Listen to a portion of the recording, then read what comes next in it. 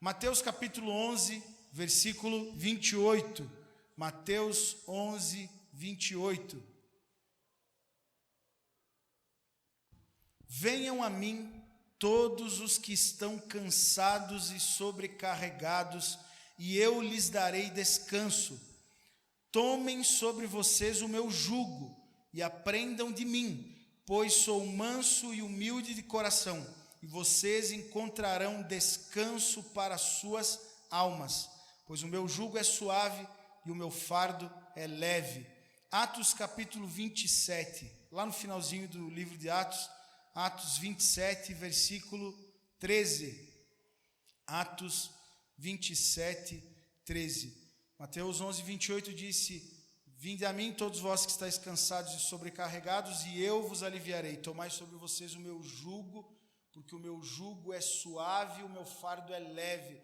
Em mim vocês encontram descanso para as vossas almas, diz o texto.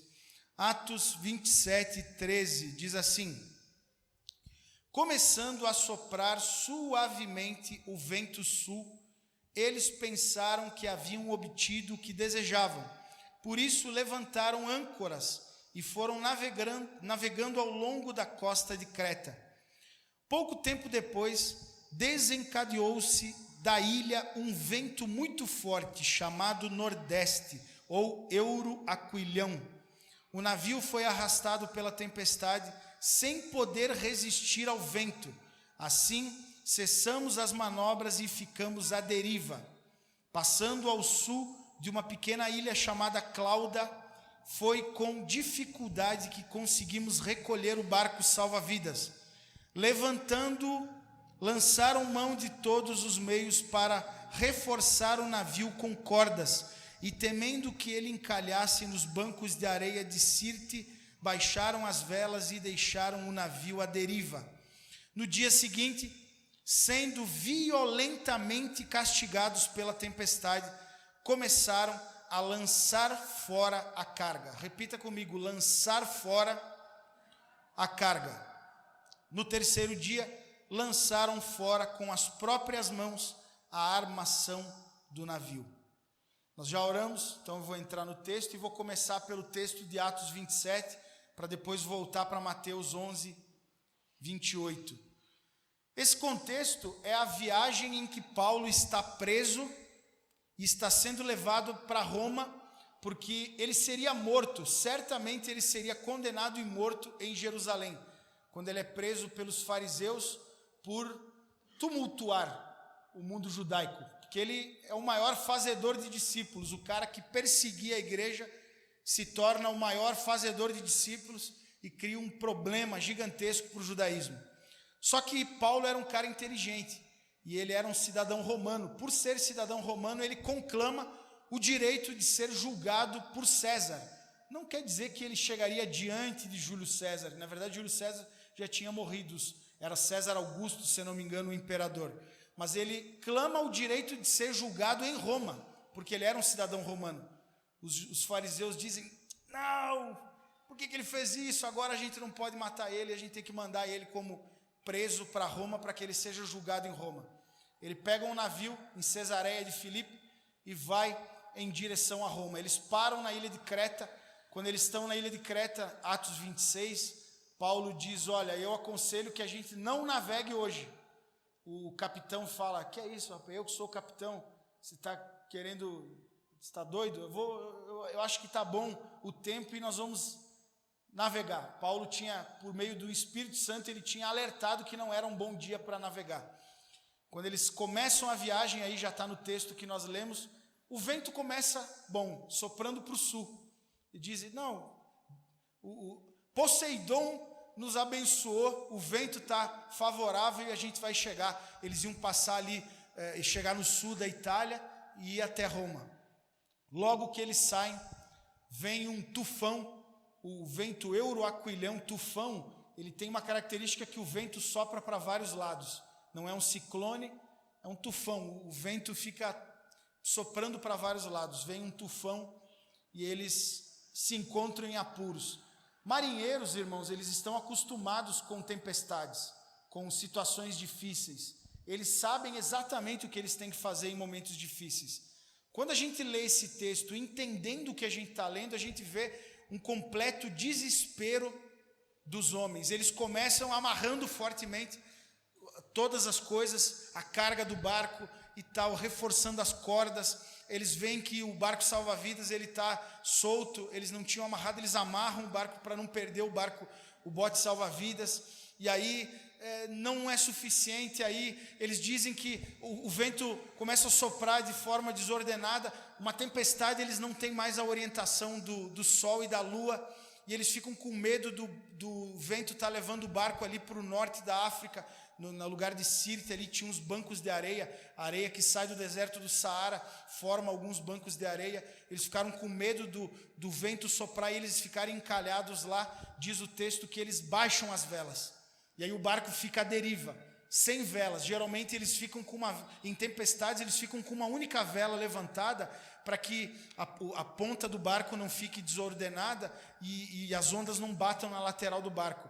Então eles baixam as velas, o barco fica à deriva, sem velas, e aí não é suficiente. Aí imagina ondas batendo de um lado, ondas batendo do outro, vento soprando em direções diferentes.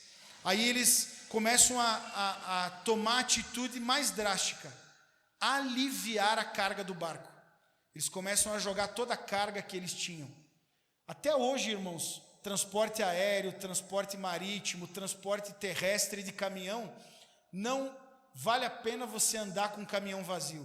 Então, geralmente, o motorista tem uma carga que ocupa metade do caminhão dele aqui em São Paulo. Para chegar para Minas, ele espera mais 1 ou 2 dias para ver se ele completa a carga, porque assim ele customiza ali e ganha dinheiro também na situação. Isso acontecia em todos os contextos. Era um transporte de escravos, mas com certeza tinha mercadoria que era transportada ali para o Império Romano, pela Ásia, enfim, talvez especiarias, e eles começam a jogar fora, até provavelmente os mantimentos.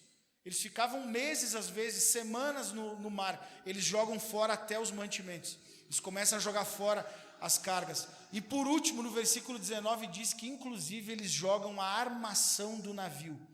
Com as próprias mãos eles tiram o mastro central e tiram todas as velas e jogam no mar.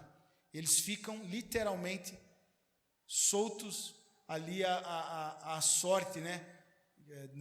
A sorte no tempo antigo era diferente da sorte dos nossos dias, mas eu não vou entrar nesse mérito.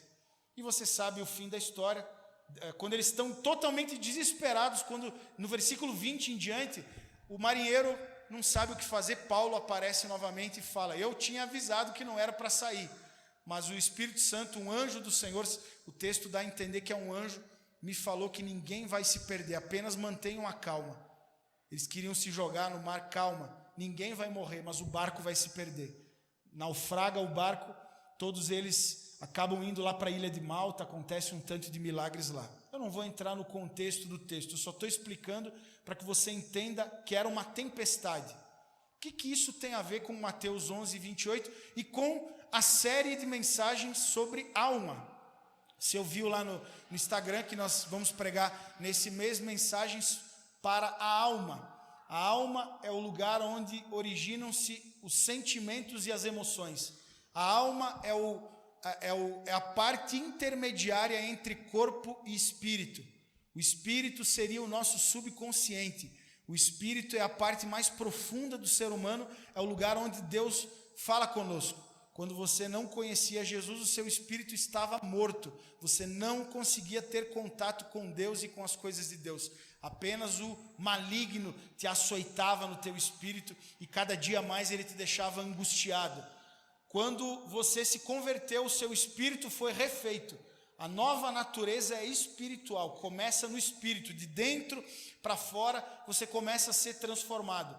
Quando a palavra de Deus passa a falar contigo, de dentro para fora, as coisas começam a mudar, os teus conceitos começam a mudar, a tua mentalidade começa a mudar, e isso vai alterando os teus sentimentos, a tua alma, e também o teu corpo, você passa a buscar aquilo que é mais saudável, você passa a viver uma vida mais regrada, enfim, toda a obra de Deus é de dentro para fora. A alma, ela fica ali no meio, e a alma, ela é completamente vendida.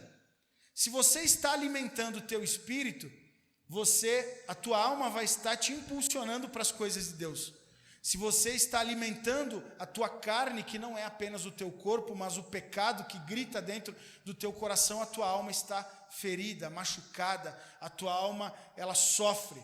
E eu costumo dizer que as feridas da alma são tão terríveis como as feridas do corpo. Elas sangram, elas doem, elas latejam quando está inflamada. E você precisa curar as feridas da alma da mesma forma como você precisa curar as feridas do teu corpo. E nós somos como o barco que estava levando Paulo para Roma. O barco em que muitas vezes nas tempestades da vida, que não é privilégio ou desgraça apenas dos ímpios, até mesmo os cristãos e principalmente os cristãos passam por tempestades. Quem nunca experimentou o testemunho de alguém, ou aconteceu com você, de quando você se converteu, parece que tudo piorou em alguns aspectos. Por que isso acontece? Um jovem amigo do Davi me falou esses dias: pastor, eu acabei saindo da igreja no passado, que quando eu entrei para a igreja, tudo começou a dar errado, começou a ter um monte de problema lá na minha casa. Eu falei, isso é normal, irmão, antes você não estava trazendo problema para o inferno. Agora você se posicionou, você vai sofrer. Então o cristão enfrenta inclusive lutas maiores do que as pessoas do mundo. Porque no mundo, quem está na coleirinha do diabo, ele não tumultua muito, ele vai dominando, ele vai destruindo aos poucos, mas ele não cria grandes confusões. Então o cristão enfrenta lutas até maiores do que as lutas que o ímpio enfrenta. A grande diferença é quem está conosco. Jesus nunca disse, eu vou livrar vocês dos problemas. Ele disse, no mundo tereis aflições, mas tenham bom ânimo, porque eu já venci o mundo. Se eu venci, vocês podem vencer em mim. Ainda que vocês andem pelo vale da sombra da morte, não temam, eu estou com vocês. Isso é, nós não estamos livres dos problemas, mas nos problemas nós temos Deus para nos ajudar. Nós temos o Espírito Santo para nos guiar, para nos dar a direção de como nós vamos chegar do outro lado. Seja com o barco inteiro ou nadando, o importante é chegar do outro lado.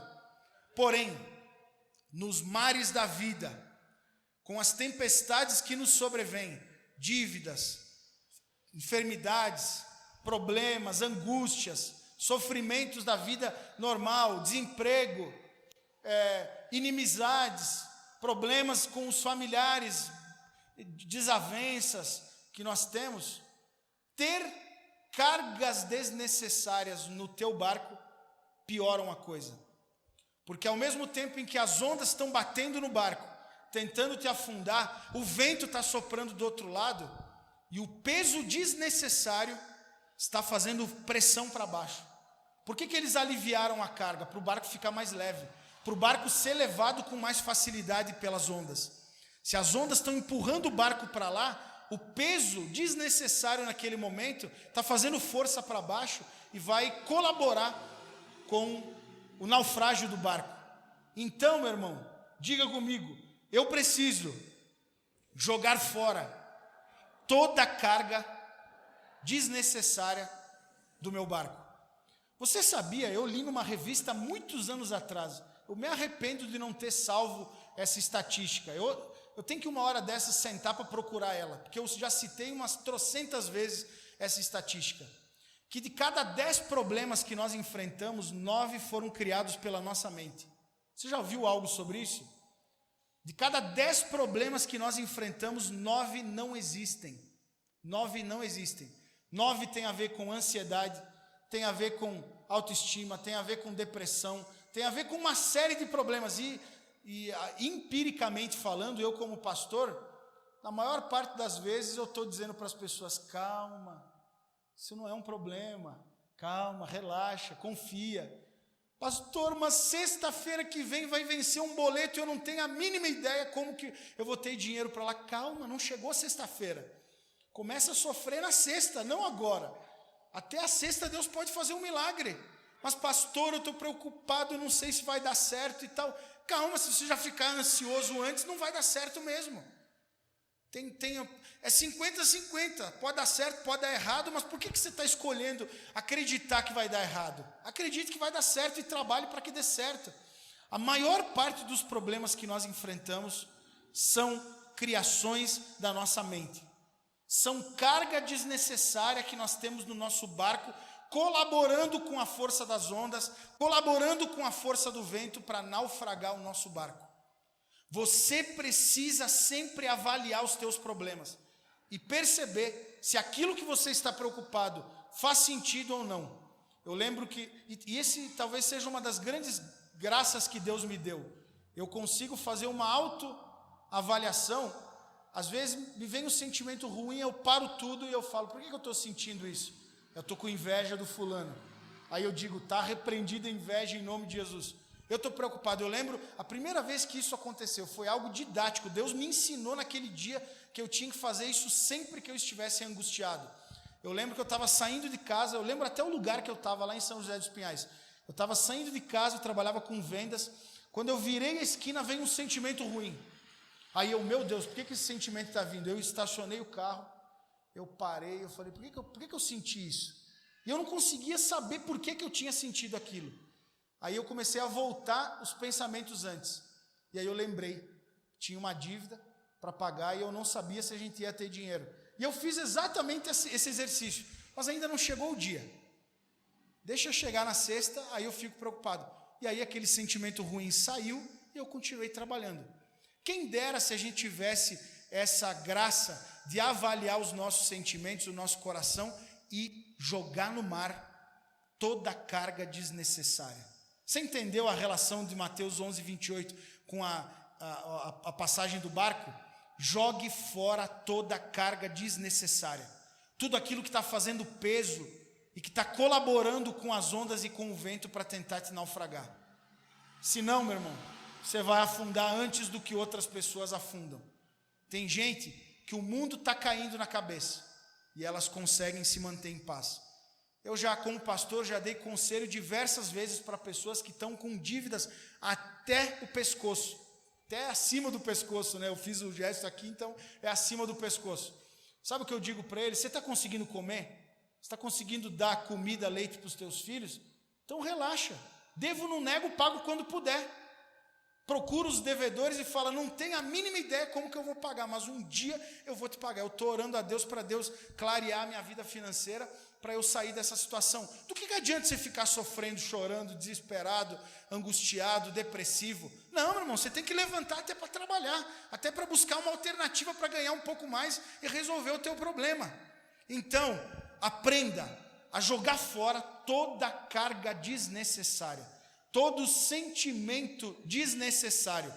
Eu poderia usar esses textos para pregar durante os 4 domingos do mês, mas eu vou só introduzir, porque essa é a ideia dessa série, porque Jesus disse, vinde a mim todos que estáis cansados e sobrecarregados. Se eu pedisse para você levantar a mão, quem está se sentindo sobrecarregado em alguma área, tenho certeza que a maioria levantaria a mão. Eu tenho me sentido sobrecarregado em algumas coisas. Tem a ver com preocupações, tem a ver com ansiedades, tem a ver com sonhos que eu não tenho a mínima ideia de como que eles vão se cumprir, mas eu sempre preciso ir a Jesus e derramar toda a carga aos pés de Jesus. Não andeis ansiosos por coisa alguma, antes façam as vossas orações conhecidas diante de Deus, Filipenses capítulo 4. E a paz que excede todo entendimento guardará o vosso coração e a vossa mente. Entrega as suas angústias, entrega as suas ansiedades, entrega os seus pedidos aos pés de Jesus e descansa nele. Entrega o teu caminho ao Senhor, confia nele e no mais ele fará. Ô Senhor, Deus fez um milagre, até o Tiago arrumou a namorada, Senhor. Não é possível que eu não consiga arrumar uma namorada. Até o Tiago, Senhor. Eu entrego a ti a minha vida sentimental, Senhor. Está nas tuas mãos. Aí tem gente que entrega, hoje fica até empolgado, cheio do Espírito Santo, vendo o Tiago namorar. Aí entrega a vida, Senhor, a minha vida sentimental está nas tuas mãos. Sabe o que ele faz? Todo dia ele vai lá e dá uma cutucadinha em Deus. E aí, Senhor? É hoje? E aí, Senhor? Não é hoje? Está demorando, Senhor? É hoje, Senhor? Não, meu irmão, entrega aí e descansa. Entrega e esquece isso. Entrega e vai focar em outra coisa. Irmão, eu chorei muitas vezes nos 2 anos que eu fiquei sozinho quando eu me converti.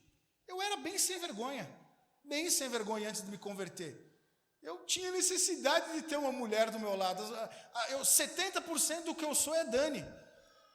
Eu trabalhava lá, ganhava dinheiro, eu fui casar com ela, eu tinha uma meia dúzia de cueca, umas 2, 3 mudas de roupa e nada mais. Não tinha nada. Eu não sei onde é que foi parar meu dinheiro quando eu trabalhei naqueles 2 anos lá. Eu precisava de uma mulher. E eu chorei muitas vezes, eu me desesperei muitas vezes. Mas ao mesmo tempo em que eu pedia por uma esposa, eu estava focado nas coisas de Deus. Eu pensava o seguinte: tem uma mulher de Deus orando por um homem de Deus, eu tenho que ser um homem de Deus, porque o dia que ela passar pelo meu caminho, ela vai ter que ver que eu sou homem de Deus para estar pronto para ela. Foi o que aconteceu, ela se apaixonou tanto por mim, que enquanto eu não casei, ela não me largou no meu pé, né? Acho que é o contrário, né? Mas deixa para lá. Você precisa confiar, entregar e confiar. Está pesado? Está difícil? Está sobrecarregado? Entrega para Jesus. Porque se você tiver em Jesus, o fardo de Jesus, o jugo de Jesus é suave e o fardo é leve. Meu jugo é suave e o meu fardo é leve. É leve. Se está pesado, meu irmão, não é Jesus que está pesando. Ai, pastor, é tão difícil ser cristão, é tão difícil ser fiel a Deus. Só se você estiver sem Jesus. Se você estiver sem Jesus, é difícil mesmo. Porque para mim é um parque de diversões. Não estou dizendo que é fácil. É uma luta, a gente tem que dizer não para o nosso eu muitas vezes, mas com Jesus é leve e suave. O fardo é leve, o jugo é suave, ou o contrário, o jugo é leve, o fardo é suave. Mateus 11, 28, vinham a mim todos vocês que estão cansados. Então, a palavra de Deus para você hoje é: o que tem te feito se preocupar? O que tem criado ansiedade no teu coração? O que tem te angustiado? Sabe por que Deus talvez não respondeu a tua oração? Se Ele der o que você pede, talvez você vai perder rapidinho. O que adianta ele te responder e te dar uma namorada, um namorado, e você perder ele na semana seguinte? Talvez você não está pronto para um relacionamento. Tem gente, eu já falei para pessoas: você não tem condições de se relacionar com ninguém. Você não pode se relacionar. Se relacionou, desviou. Aí fui atrás. Falei: cara, eu te falei que você não estava pronto. Não, pastor, mas eu sou fraco e tal. E a irmãzinha lá, ela me viu como um bom partido. Eu falei: mas você não é falta de oportunidade, é falta de condição. Então, descanse em Deus. Deus sabe por que Ele não te abençoou ainda. Deus sabe por que Ele não abriu a porta.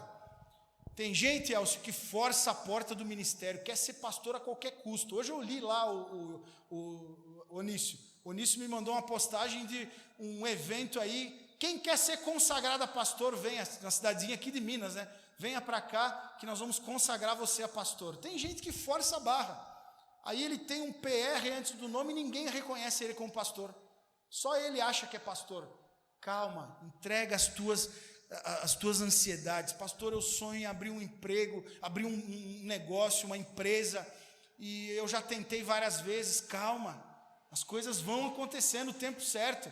Deus não é homem para que minta, nem filho do homem para que se arrependa. Apenas tenha calma. Onício, com 67 anos, achou uma esposa. A minha sogra, 15 anos sozinha, ela já tinha até desistido. Eu que ficava cutucando ela, falei: só se você quiser. Se você não quiser mais, Deus não vai te dar. Agora, se você abrir o teu coração, Deus vai...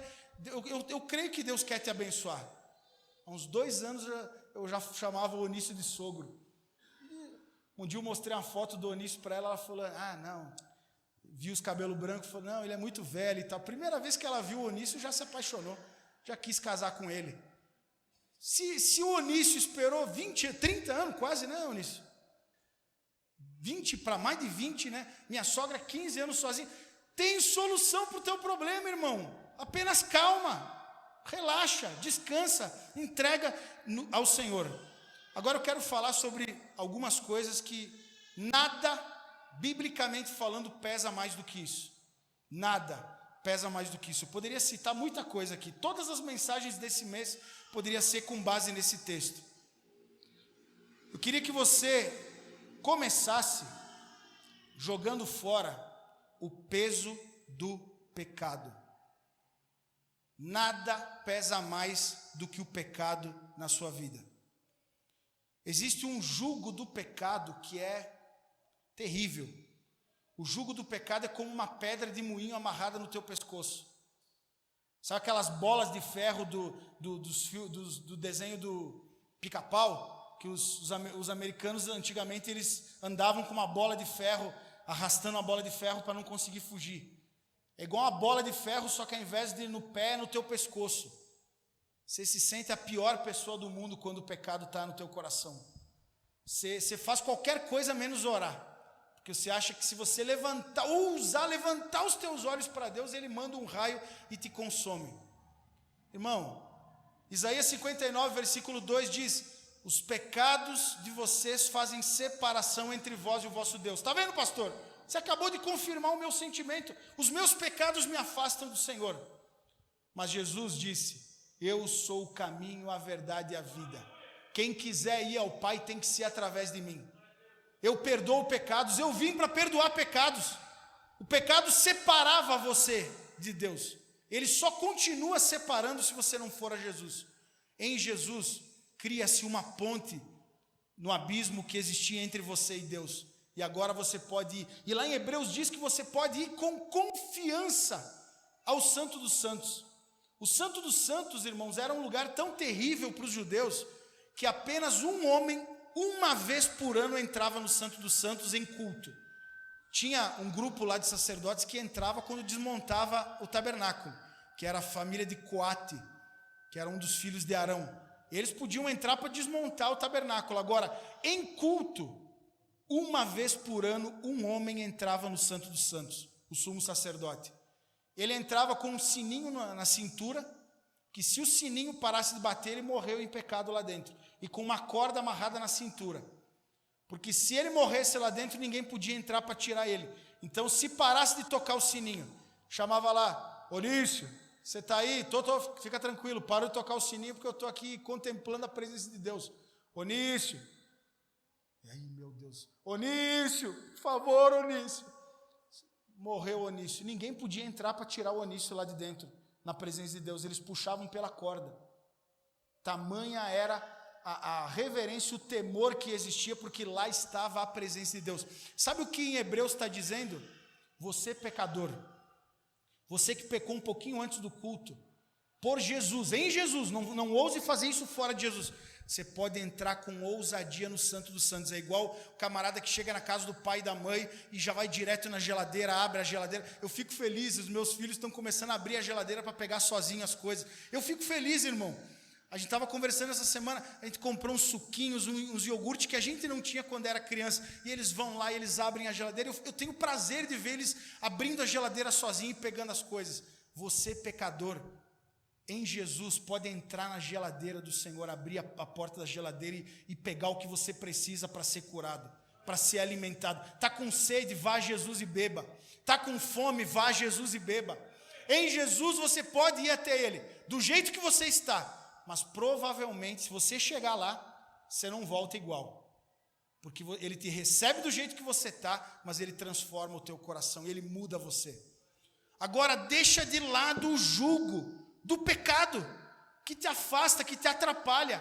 Eu preguei sobre isso semana passada, Hebreus capítulo 12, versículo 1. Livremo-nos de todo o peso que nos torna vagarosos e do pecado que nos atrapalha. Nada pesa mais do que o pecado na nossa vida. Deixa o pecado para trás e corre para Jesus. Deixa o pecado para trás e entra na cozinha de Jesus e desfruta da geladeira. Coma o que você precisa. Você está correndo atrás de alimento em outros lugares, corre para a presença de Jesus e desfruta da despensa dele, desfruta da geladeira dele. Tem uma história que ela é engraçada, mas é uma história real. Ela está no livro Despertar da Graça, de Charles Swindoll. Ele não tem mais em português. O Mundo Cristão vai publicar esse livro. A gente até entrou em contato para tentar trazer ele para a Wesleyana e publicar ele pela Wesleyana. O Despertar da Graça, de Charles Swindoll. No meio do livro ele conta uma história do Dr. J. Vernon McGee. É um doutor famoso, um teólogo famoso lá dos Estados Unidos. Dr. J. Vernon McGee, nas aulas dele, contava a história de uma mulher, uma americana, que casou com o amor da vida dela. Ele conta que ela era apaixonada pelo cara desde quando eles eram crianças na escola. E ela teve o privilégio de casar com o amor da infância dela. E ela era feliz demais com esse cara. Eles viveram os melhores anos da vida deles, enquanto eles estiveram casados, até que aquele homem morreu. De forma inesperada, com pouco tempo de casamento, ele morreu. Eles eram um casal rico, tinha muito dinheiro. Ela não aceitou a morte do marido, é uma história real. Parece absurda, mas é uma história real. Ela mandou embalsamar o marido dela. Ela mandou embalsamar ele, enrolar ele em faixas, para preservar ele, colocou ele numa caixa de vidro no jardim. Então, todos os dias, o nome dele era John, todos os dias ela acordava, tomava café dela e ia para o quintal para conversar com o John. O John estava embalsamado numa caixa de vidro no jardim. Bom dia, John, como foi a sua noite? Minha noite foi muito boa, eu sonhei com a gente. Lembra aquela vez que a gente fez aquela viagem? E ela conversava com o marido dela, o defunto do marido dela, dentro daquela caixa. Passaram-se os anos e ela tentando manter viva não só a memória do marido, do amor da vida dela, mas a presença física do defunto. O defunto estava na caixa de vidro no jardim. Ela passou os anos, um dia ela foi tirar férias e foi para a Europa. E deixou naturalmente o defunto, não ia conseguir levar junto. Quando ela estava viajando pela Europa, ela conheceu um outro americano disponível também e eles se apaixonaram. E ela começou a ter um relacionamento com ele e não me pergunte por que o defunto continuava no jardim. E ela já namorando com outro cara para casar com ele. Dr. J. Vernon McGee conta que um dia o homem foi visitar ela em casa. Quando ele chega no jardim, ele dá de cara com o defunto. Aí ele fala, o que é isso? Ela fala, eu não te contei essa história? Esse é o John, meu ex-marido. Eu amava tanto ele, a nossa história foi tão bonita que eu mandei embalsamar ele e ele fica na caixa no jardim. Ah, é o teu marido? Dr. J. Vernon McGee, não sei se foi desse jeito, mas ele conta no livro que o cara, no mesmo dia, abriu um buraco, enterrou o defunto, falou, você não precisa mais dele, agora você tem um novo amor. Essa história é cômica, mas tem gente que carrega o defunto nas costas. Tem gente que carrega o velho homem nas costas. Ele já tinha que ter sido sepultado há muito tempo. Tem gente que ainda sente a culpa dos pecados do velho homem. Quando eu casei com a Dani, ela foi morar na minha cidade lá, 25 mil habitantes, todo mundo se conhece. A fofoca chega em minutos do outro lado da cidade. E aí ela começou a ouvir algumas histórias e ela falava, você já beijou essa aí? E tal, e não sei o quê. E eu falava, não tenho nada a ver com o velho homem. Não fica me questionando sobre coisas do velho homem. Eu sou uma nova criatura, não tenho nada a ver com ele. Você foi a única mulher que eu beijei em Jesus. Para com essa historinha, esse papinho aí e tal. Mas eu não me deixava ser acusado por coisas do passado. Se eu pensar em coisas que eu fiz no passado, eu me envergonho de muitas delas. Graças a Deus me converti com 19 anos, senão eu tinha, nem vivo eu estava. Mas eu não tenho mais nada a ver com o velho homem. Ele já foi sepultado lá em 2006. Eu vou ficar convivendo com um defunto todo dia? Ele já foi sepultado, ele já está morto. Agora eu sou um novo homem, agora eu tenho um novo amor. Eu não amo mais o pecado, agora eu amo a Jesus. Então, sepulta o velho homem, irmão. Pastor, o velho homem ressuscitou. Semana passada eu fiz coisas do velho homem. Sepulta ele de novo. Se o miserável sabe nadar e veio ao teu encontro, ele morreu lá, foi afogado em algum tempo do passado, mata ele de novo. Se precisar, a gente batiza você de novo, se for necessário, mas mata o sem vergonha, sepulta ele e viva um novo amor que é Jesus. Para de andar com um caixão nas costas. Quem sente culpa pelos pecados do velho homem está carregando um caixão nas costas, está andando para cima e para baixo com um caixão nas costas. Claro que faz peso, irmão, claro que você sofre. Por que você sente vergonha de coisas que já foram perdoadas? Sepulta o velho homem e viva uma nova criatura. Pastor, eu nunca experimentei a graça de Jesus. Eu nunca tive o privilégio de me sentir totalmente perdoado pelos meus pecados. Receba Jesus hoje, irmão. Hoje você pode receber Jesus. O que você precisa para receber Jesus? Com as tuas palavras, diga, Jesus, eu quero que o Senhor entre no meu coração e mude a minha vida. Me perdoa, Senhor. Me transforma. E hoje você vai nascer de novo. E aí amanhã você vai viver uma nova vida que não tem mais a ver com a vida de hoje, porque hoje você sepulta o velho homem. Tem gente que vai batizar no dia 15 do 10, já está morto há muito tempo. A gente só vai confirmar o batismo que já aconteceu no coração. Você pode ser batizado hoje. Lá no meu Instagram eu tenho um testemunho que eu fui batizado com o Espírito Santo antes de ser batizado nas águas. Isso significa que eu já tinha me convertido antes de ser batizado nas águas. Você pode hoje ser transformado e sentir todos os teus pecados sendo apagados da tua história. Pastor, mas eu não sei o que vai ser, tem tanta coisa que eu tenho que me desvencilhar. Não se preocupa com o que você tem que se desvencilhar, se preocupa apenas com a oportunidade que você tem hoje de entregar sua vida a Jesus e ser uma nova criatura. Diante de você está uma pessoa completamente diferente do que eu era alguns anos atrás. A maioria de vocês diria, não anda com aquele ali, porque aquele ali não é uma boa companhia. Porque eu não era uma boa companhia para os filhos, para os pais dos meus amigos. Hoje eu sou um pastor, eu sirvo a Deus. Jesus transforma pessoas.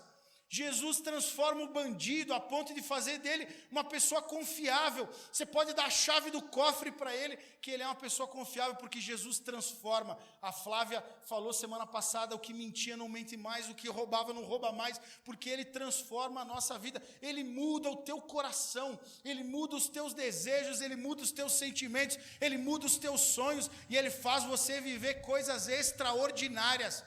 Para de se contentar com as migalhas que o diabo te oferece. Para de se contentar com a lavagem dos porcos e corre para a casa do Pai, onde você é tratado como filho amado, onde Ele faz carne de picanha para você. Você está comendo lavagem de porco, corre para a casa do Pai, que Ele está preparando o novilho cevado lá para fazer uma picanha para você. O jugo de Cristo é o que nós precisamos ter. Jesus respondeu, João 8:34, no 32 diz, conhecereis a verdade vos libertará. No 34, Jesus respondeu, eu lhes digo a verdade, todo o que peca é escravo do pecado.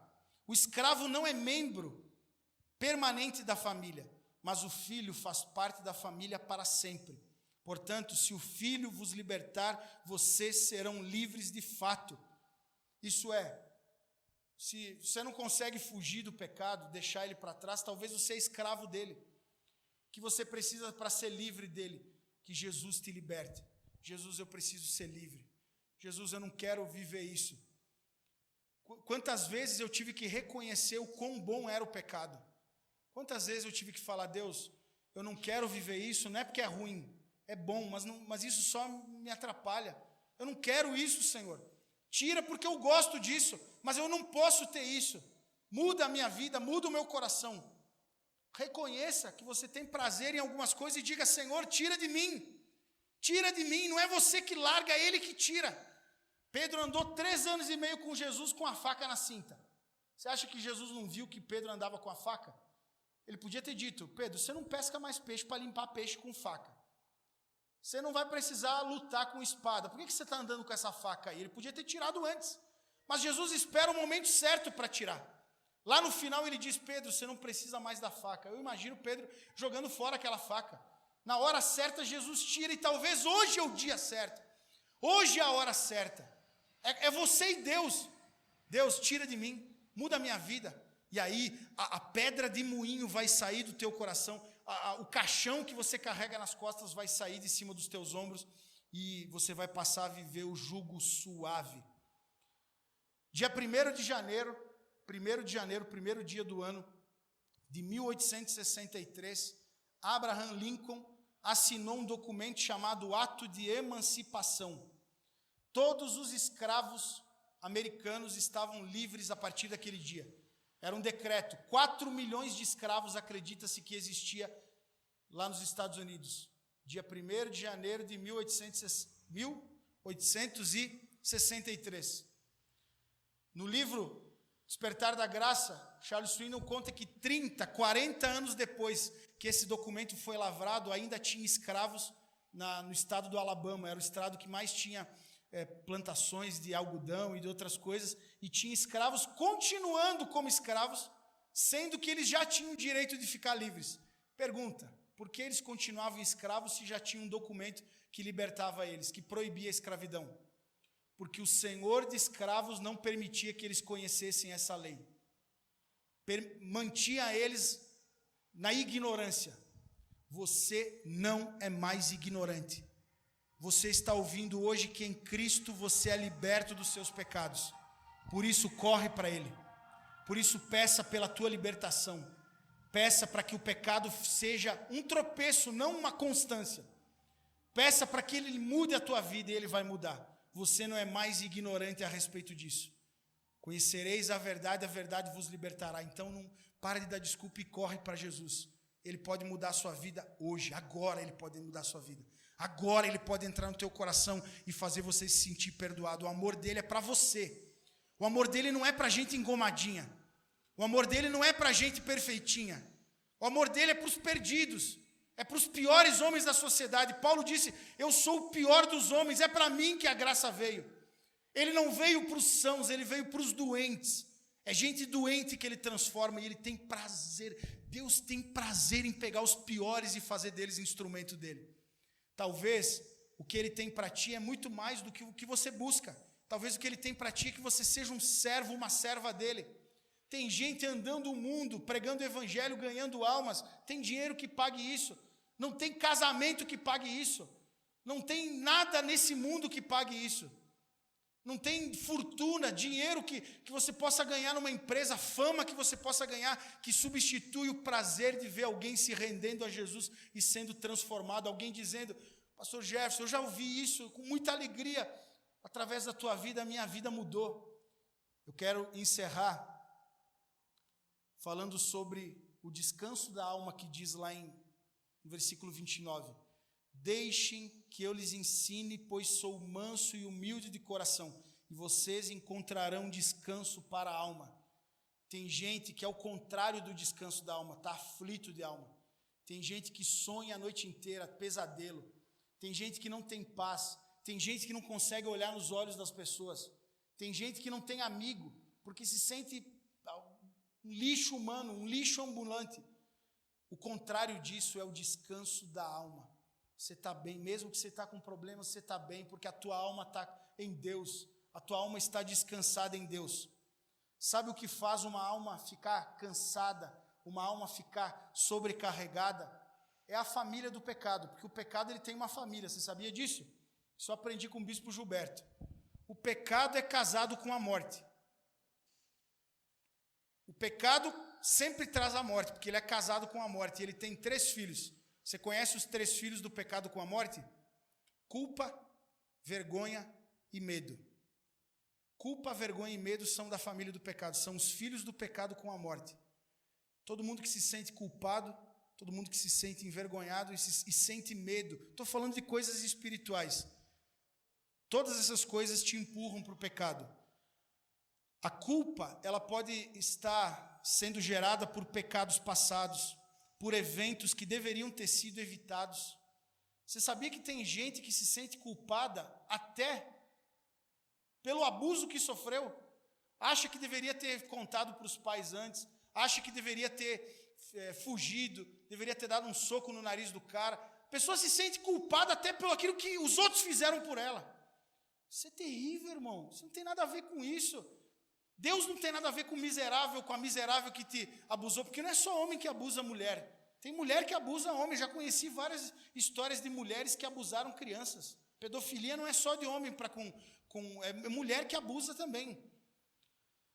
O sentimento de culpa pode ser por pecados conscientes que você cometeu. Pastor, eu não tenho desculpa.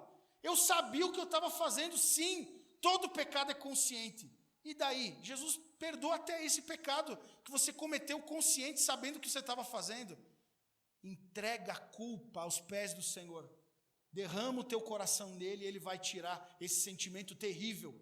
É igual quando você está bravo com alguém, você tem que desabafar com alguém, senão aquilo vai corroer o teu coração. A culpa te destrói por dentro. É igual ferrugem pelo lado de dentro, ela vai destruindo o teu coração. Vergonha, você pode se sentir envergonhado por fraquezas pessoais. Pastor, como que eu posso dizer que eu sou homem de Deus se eu tenho tal fraqueza? Se eu tenho tal sentimento, tal pensamento, se eu sonho com tal coisa? Quem disse que isso é teu? O diabo aprendeu a jogar essas setas no teu coração e você acredita nelas. Você sabia que tem gente que entra para a homossexualidade porque tem sonhos homossexuais? Você sabia disso? Todo mundo sabe, no fundo, que os sonhos eles têm alguma verdade espiritual. Tem gente que sonha com sonhos homossexuais e acorda acreditando que é homossexual. Tem gente que sonha com traição e acha que isso é um indício de que a mulher está traindo ele, que o homem está traindo ele. Deixa eu confessar um pecado aqui para vocês. Por uns 8 anos, eu morria de ciúme da Dani. Mas morria de ciúme dela. Eu sentia vergonha disso. Eu ensinava as pessoas. E eu estou falando aqui de Minas Gerais. É coisa de uns 3, 4 anos atrás, do primeiro ano que eu estava aqui, eu ainda sentia, eu morria de ciúme dela. Principalmente os dias que a gente brigava, eu sonhava a noite inteira que ela estava me traindo. A noite inteira. Aí um dia eu comecei a discernir que era um demônio que vinha para o lado da minha cama. Eu acordava mandando embora o demônio. Falava, não acredito, sem vergonha que você veio. Eu nunca vi ele, mas eu sabia que ele vinha para o lado da minha cama. Não acredito que você veio de novo aqui sem vergonha. Sai da minha casa em nome de Jesus. Não volta mais aqui, miserável. Mas ele conseguia me atingir. Ele jogava. A Dani saía para o ensaio do louvor. Eu falava, mais ou menos que hora você vai chegar? Não, acho que umas 10 horas. 10h05 eu estava aqui, ó. E eu tentava me controlar, irmão. Eu já era pastor, irmão. Eu tentava me controlar e eu não conseguia me controlar. Ela entrava em casa, ela já sabia. Eu pressionava ela. Deve ter sido, deve não, foi momentos terríveis para ela. Eu tinha vergonha daquilo. Sabe quando eu fui liberto? Fui num evento em São Paulo. Eu, pastor Esdras, que era pastor de vocês, e o bispo, pastor Gilberto na época. Pouquinho antes do concílio geral. Ele falou, eu preciso apresentar um amigo meu para vocês. Fomos na casa de um profeta. Apóstolo Aguinaldo, ele vem direto aqui em BH. Chegamos lá e o Aguinaldo falou, vocês querem receber uma oração? Quero, fomos para o lado da caminhonete dele. Aí primeiro ele começou a falar para o Esdras. O Esdras, durão do jeito que ele é, ele tirou o óculos e ele chorava assim, pingava lágrima do Esdras, ele falando algumas coisas para o Esdras. E ele virou para mim e falou, hoje eu vou te dar a libertação desse demônio que vem para o lado da tua cama. Naquela noite, eu tinha sonhado que a Dani estava me traindo. Eu lembro que eu dormi numa cama de casal, porque eu sou mais gordinho, e o Esdras dormiu na cama de solteiro. Tinha uns meio metro entre as duas camas. Eu escovando o dente na casa do pastor que a gente ficou, e eu falando com o demônio. Não acredito que... Eu já até trocava ideia com o demônio. Não acredito que você veio no meio da cama de 2 pastores. Você não tem escrúpulo mesmo? Sai daqui, para de me perseguir. O homem falou comigo e não foi ali que eu fui liberto. Ele orou por mim, na questão lá do demônio. Foi quando eu comecei a confessar a situação dentro do carro. Eu falei, lembra aquele negócio que ele falou para mim? Há uns 8 anos eu morro de ciúme da Dani. Aí o bispo me ajudou. Você tem que fazer isso, cara. Se você precisar de ajuda com conselhos nesse sentido, eu posso te ajudar, porque eu fui liberto disso. Não tenho mais esse problema. Joga para fora o que te faz sentir envergonhado. A vergonha faz você acumular um quartinho escuro dentro do teu coração. Quarto escuro junto à sujeira. Por isso que eu não gosto de quarto de bagunça. Eu já falei para uns 10 aqui. Nós vamos tirar esses quartos de bagunça. O que não presta, vamos jogar no lixo. Não pode ter quarto de bagunça. Quarto de bagunça junta lixo, sujeira, cria rato, bicho dentro do quarto sujo. Tem que abrir, o quarto tem que ser limpo, a luz tem que entrar, o vento tem que entrar e tem que arejar. Não tem que ter quarto escuro, quarto de bagunça. Abre o quarto escuro que tem dentro do teu coração. Uma vez um menino contou um sonho para mim. Tinha uma casa muito bonita, uma mansão, e ele entrava no hall de entrada, tinha um mordomo, tipo aqueles mordomos americanos, que servia água para ele, dava tudo para ele, e ficava limpando os cômodos. E aí o mordomo falou, vem comigo aqui, eu vou te mostrar alguma coisa. Aí abriu uma porta. Nessa porta ele viu uma cena terrível. Aí ele, não, fecha a porta. Aí fechou a porta. Aí foi para a segunda porta, viu uma cena pior do que a da primeira porta, fechou a porta. Quando ele estava indo em direção à terceira porta, ele acordou. Falou, pastor, o que significa isso? A cena das 2 primeiras portas eu já estava tratando com ele. Pecados sexuais. Ele sentia tentações terríveis nessa área. Eu já estava acompanhando ele. Eu falei, esses 2 quartos é os que você já abriu a porta. E você está confrontando esses pecados. O terceiro quarto é o que você nunca abriu. Tem algo mais profundo do que esses 2 quartos aqui você tem que confrontar. Esse mordomo é o Espírito Santo, que já limpou alguns cômodos, mas não limpou outros. Jesus é um gentleman, é um cavalheiro, ele só vai até onde você dá liberdade. Abra todas as portas do teu coração para que ele entre. e ele vai entrar e vai limpar o quarto. Medo é até positivo. O medo faz você não subir naquela janela ali, porque você tem medo de cair lá embaixo, isso te protege. Agora, o medo que te paralisa é maligno. Você pode ter medo do julgamento dos outros, o que os outros vão pensar, medo de condenação, medo das consequências dos teus pecados. O medo da consequência é inevitável, é desnecessário, porque a consequência vai vir independente do medo que você tem. Medo de encarar a verdade. Tem gente que tem medo de encarar a verdade. O cara que orou por mim, eu fui batizado com o Espírito Santo, ele conta que ele gostava de fumar Marlboro vermelho. Ele era um ex-DJ e tatuador, ele entrou na igreja e fumava Marlboro vermelho. E aí todo dia ele orava, Senhor, tira esse maldito Marlboro de mim e tal. E aí um dia ele ouviu na oração, mentiroso. Aí ele, sai daqui, Satanás, em nome de Jesus, estou orando aqui, você vem aqui me atrapalhar. Senhor, tira de mim o Marlboro. Mentiroso. Na terceira vez ele entendeu que era Deus que estava chamando ele de mentiroso. Aí ele entendeu, ele falou, Senhor, realmente, eu amo o Marlboro vermelho. Eu amo, tem que ser o vermelho, não pode ser o outro. Mas eu não quero mais isso, Senhor, porque isso me faz mal. Isso destrói a minha vida, isso faz eu gastar o meu dinheiro. Me tira aquilo que eu mais amo, Senhor. Nunca mais ele fumou. Talvez você tenha que encarar a verdade. Talvez você tenha que reconhecer que você precisa de ajuda. Talvez até para Deus você não fala a verdade. Eu já contei a história da menina que eu era apaixonado por ela e Deus pediu para eu falar o nome dela, né? A Dani vive curiosa para eu falar o nome dela. Eu era apaixonado por uma menina e um dia eu estou em oração e Deus falou comigo, como é que é o nome dela mesmo? Aí eu entendi que nem para Deus eu tinha falado o nome dela. E naquele dia eu falei, o nome dela é tal. Deixei de gostar dela na mesma semana. Deus respondeu a minha oração. Dá nome para os bois. Nós vamos orar agora. Dá nome. Fala o que precisa mudar na sua vida. O pecado, a culpa, o medo e a vergonha vão ser eliminados da sua vida. E de bandeja a morte que está te cercando. Porque cedo ou tarde ela pode te pegar. A morte ela te cerca. Ela só não toca em você porque Deus te protege. Porque Deus te livra. Mas em algum momento ela pode vir. Não corra para Jesus por medo da morte. Mas a morte fica à espreita daqueles que estão vivendo no pecado. E corra para Jesus. Parece que eu estou falando desnecessariamente aqui, mas eu sei que Deus está falando com pessoas. Pessoas que já são cristãs há 20, 30 anos, mas que têm pecado de estimação. Tem gente que só Deus sabe o que você fez no verão passado. Só Deus sabe o que você faz no inbox do teu celular. Entrega para Jesus. Confessa para Jesus, derrama, e Ele vai te perdoar. Tira esse peso desnecessário que está querendo levar o teu barco a naufragar. Quero orar por você, se coloque em pé.